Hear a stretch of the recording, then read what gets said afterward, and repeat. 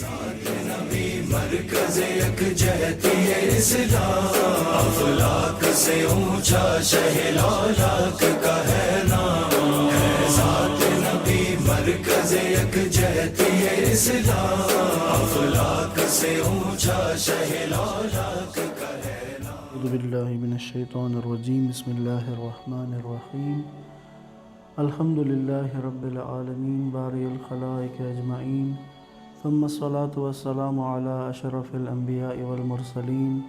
حبیبنا و حبیب الہ العالمین الذی سمی فی السماء احمد وفی الارضین بأبی القاسم محمد صلی اللہ علیہ وآلہ وسلم وعلى آلہ الطیبین الطاہرین المعصومین ولعنۃ الدائم علی اعدائہم اجمعین من یوم عداوتہم الی قیام یوم الدین۔ سیرت النبی آڈیو سیریز کی قسط نمبر 48 میں خوش آمدید۔ رسول اللہ صلی اللہ علیہ وآلہ وسلم کے اعلان نبوت سے لے کر ہجرت تک کے واقعات کو آپ کی خدمت میں بیان کر رہا ہوں۔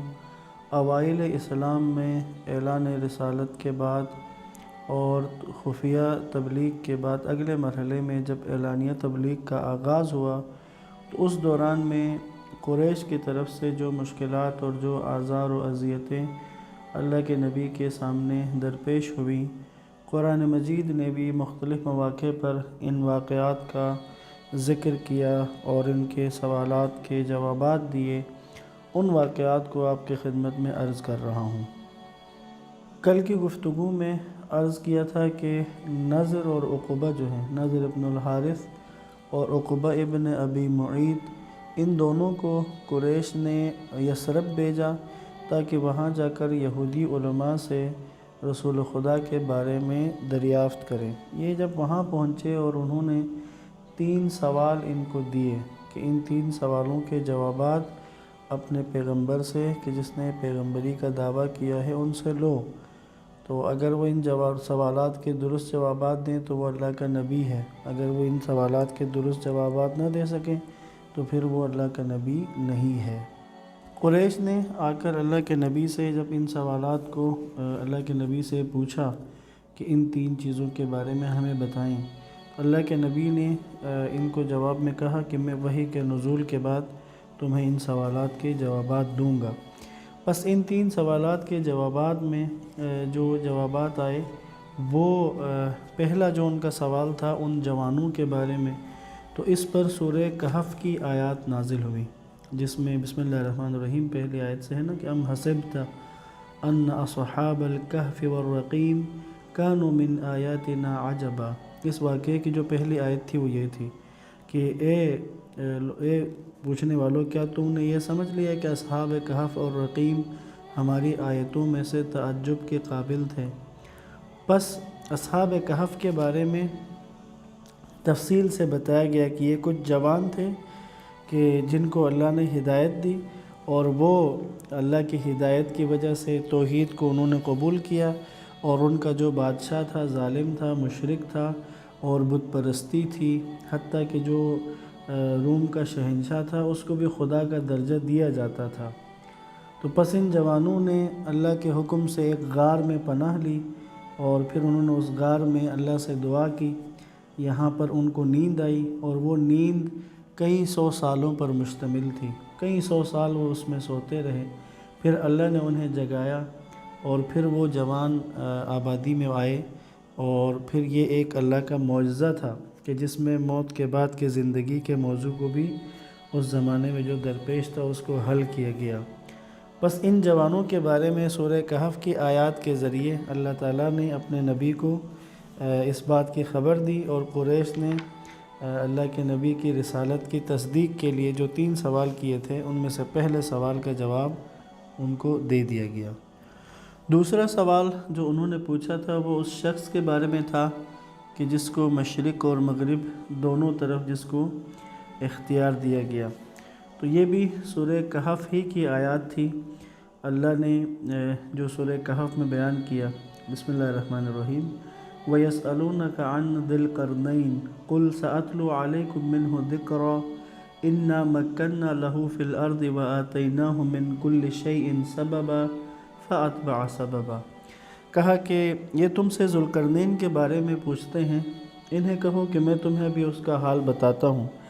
کہ ہم نے اسے زمین میں اقتدار دیا تھا اور ہر چیز کے ذریعے اس کو اقتدار دیا، اور پھر وہ ذرائع اس کے پاس موجود تھے سفر کرنے کے، تو وہ ان ذرائعوں کے ذریعے سے اس نے سفر کیے، یہاں تک کہ سورہ کہف میں اگر آپ اس کو دیکھیں گے تو اس میں موجود ہے کہ ذوالقرنین جو ہے وہ سورج کے طلوع ہونے کی جگہ تک پہنچا اور سورج کے غروب ہونے کی جگہ تک پہنچا۔ ذوالقرنین کے بارے میں مشہور ہے کہ یہ ایران کے بادشاہ تھے اور ان کی حکومت کا دائرہ عرب بھی اس میں شامل تھا، اوپر سے اگر دیکھیں تو ترکی کا ایریا بھی شامل تھا، اس طرف جو چین کے قریب اور روس کی طرف جو بارڈر لگتا ہے یہ بھی، یعنی دنیا کی ایک، یا کہا جاتا ہے کہ اس زمانے کی مہذب دنیا وہ اس کی حکومت کے انڈر میں تھی۔ اور ذوالقرنین کا جو قرآن نے تعارف کروایا، اس تعارف کے مطابق وہ ایک ایسا بادشاہ تھا کہ جو توحید پرست تھا، اور اس نے یقیناً خدا کے اس کو وجود خدا کو اور توحید کو قبول کرنے والا بادشاہ تھا۔ بس دوسرے سوال کا جواب بھی ان کو دیا گیا۔ اسی طرح تیسرا ان کا روح کے بارے میں جو انہوں نے پوچھا تو اس کا قرآن نے جو جواب دیا تھا وہ یہ تھا، بسم اللہ الرحمن الرحیم، وَيَسْأَلُونَكَ عَنِ الرُّوحِ قُلِ الرُّوحُ مِنْ أَمْرِ رَبِّي وَمَا أُوتِيتُم مِّنَ الْعِلْمِ إِلَّا قَلِيلًا۔ یہ لوگ تجھ سے روح کی نسبت پوچھتے ہیں تو کہہ دے کہ روح میرے پروردگار کے حکم میں سے ہے، اور اس سے زیادہ تم کیا سمجھ سکتے ہو، کیونکہ حالت یہ ہے کہ سوائے تھوڑے سے علم کے تمہیں نہیں دیا گیا، تمہارا علم اتنا نہیں ہے۔ بس اللہ کے نبی نے ان تینوں سوالات کے جوابات دے دیے جو جوابات قرآن نے دیے۔ اسی طرح میں تھوڑا سا ذکر کرنا چاہوں گا کہ جس میں سے جو اس سے پچھلے مطالبات تھے ان کا بھی میں تھوڑا سا ذکر کروں کہ جس کو قرآن نے بیان کیا ہے۔ جیسے انہوں نے کہا تھا کہ یہ پہاڑ اگر ہٹا دیں ہمارے لیے نہریں جاری کر دیں،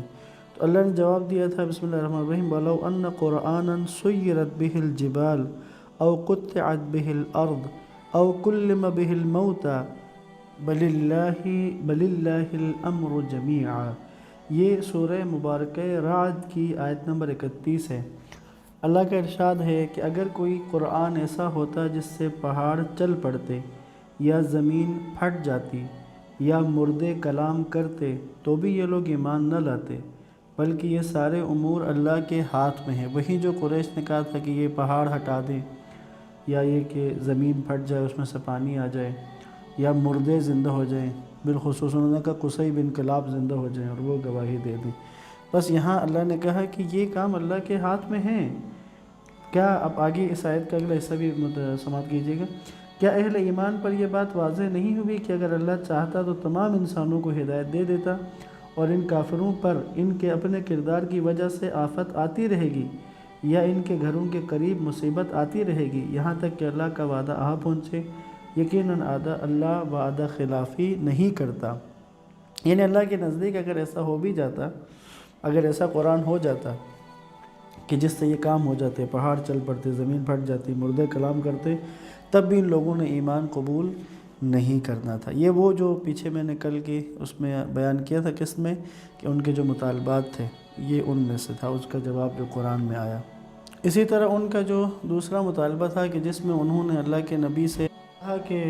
آپ اپنے لیے کچھ مانگ لیں، یعنی آپ کے پاس کوئی خزانہ آ جائے، آپ کیسے نبی ہیں کہ آپ تو بازاروں میں چلتے پھرتے ہیں ہماری طرح۔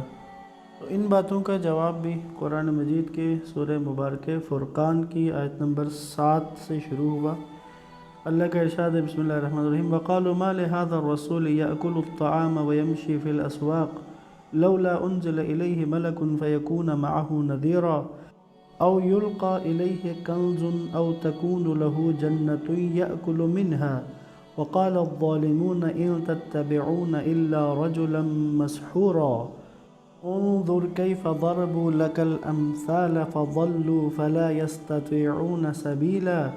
تبارك الذي إن شاء جعل لك خيرا من ذلك جنات تجري من تحتها الأنهار جنات تجری من تحتها الانہار ویجعل لک قصورا۔ ان آیات میں اللہ تعالیٰ کا ارشاد ہے، اور وہ کہتے ہیں یہ کیسا رسول ہے جو کھانا کھاتا ہے اور بازاروں میں چلتا پھرتا ہے، اس پر کوئی فرشتہ کیوں نازل نہیں ہوتا تاکہ اس کے ساتھ تنبیہ کر دیا کرے، یا اس کے لیے کوئی خزانہ نازل کر دیا جاتا، یا اس کا کوئی باغ ہوتا جس سے وہ کھا لیا کرتا۔ اور ظالم لوگ اہل ایمان سے کہتے ہیں تم تو ایک سحر زدہ شخص کی پیروی کرتے ہو، دیکھیے یہ لوگ آپ کے بارے میں کیسی باتیں بنا رہے ہیں، پس یہ ایسے گمراہ ہو گئے ہیں کہ ان کے لیے راہ پانا ممکن نہیں ہے۔ بابرکت ہے وہ ذات، اگر وہ چاہے تو آپ کے لیے اس سے بہتر ایسے باغات بنا دے جن کے نیچے نہریں بہتی ہوں، اور آپ کے لیے بڑے بڑے محل بنا دے۔ یہ اس مطالبے کا جواب تھا جو انہوں نے کیا کہ آپ کے پر کوئی خزانہ آ جائے، آپ کے اوپر کوئی فرشتہ ہمیں نظر آئے، یا ان مردوں میں سے کوئی زندہ ہو جائے جو پہلے گزر چکے ہیں، بالخصوص قصی بن کلاب زندہ ہو کر آپ کے بارے میں تصدیق کرے۔ تو جواب یہی تھا خدا کا کہ ان کا جو اصل مسئلہ ہے کہ یہ ایمان لانے والے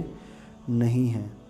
اسی طرح ان کے مطالبات جو انہوں نے اللہ کے نبی سے کیے، اس بارے میں قرآن مجید کے سورہ مبارکہ اسراء کی آیت نمبر 90 سے آگے یوں بیان ہوا ہے۔ بسم اللہ الرحمن الرحیم۔ وَقَالُوا لَن نُؤْمِنَ لَكَ حَتَّى تَفْجُرَ لَنَا مِنَ الْأَرْضِ يَنبُوعًا أَوْ تَكُونَ لَكَ جَنَّةٌ مِّن نَخِيلٍ وَعِنَبٍ فَتُفَجِّرَ الْأَنْهَارَ خِلَالَهَا تَفْجِيرًا أَوْ تُسْقِطَ السَّمَاءَ كَمَا زَعَمْتَ عَلَيْنَا كِسَفًا أَوْ تَأْتِيَ بِاللَّهِ وَالْمَلَائِكَةِ قَبِيلًا أَوْ يَكُونَ لَكَ بَيْتٌ مِّن زُخْرُفٍ أَوْ تَرْقَىٰ فِي السَّمَاءِ وَلَن نُّؤْمِنَ لِرُقِيِّكَ حَتَّىٰ تُنَزِّلَ عَلَيْنَا كِتَابًا نَّقْرَؤُهُ قُلْ سُبْحَانَ رَبِّي هَلْ كُنتُ إِلَّا بَشَرًا رَّسُولًا وَمَا مَنَعَ النَّاسَ أَن يُؤْمِنُوا إِذْ جَاءَهُمُ الْهُدَىٰ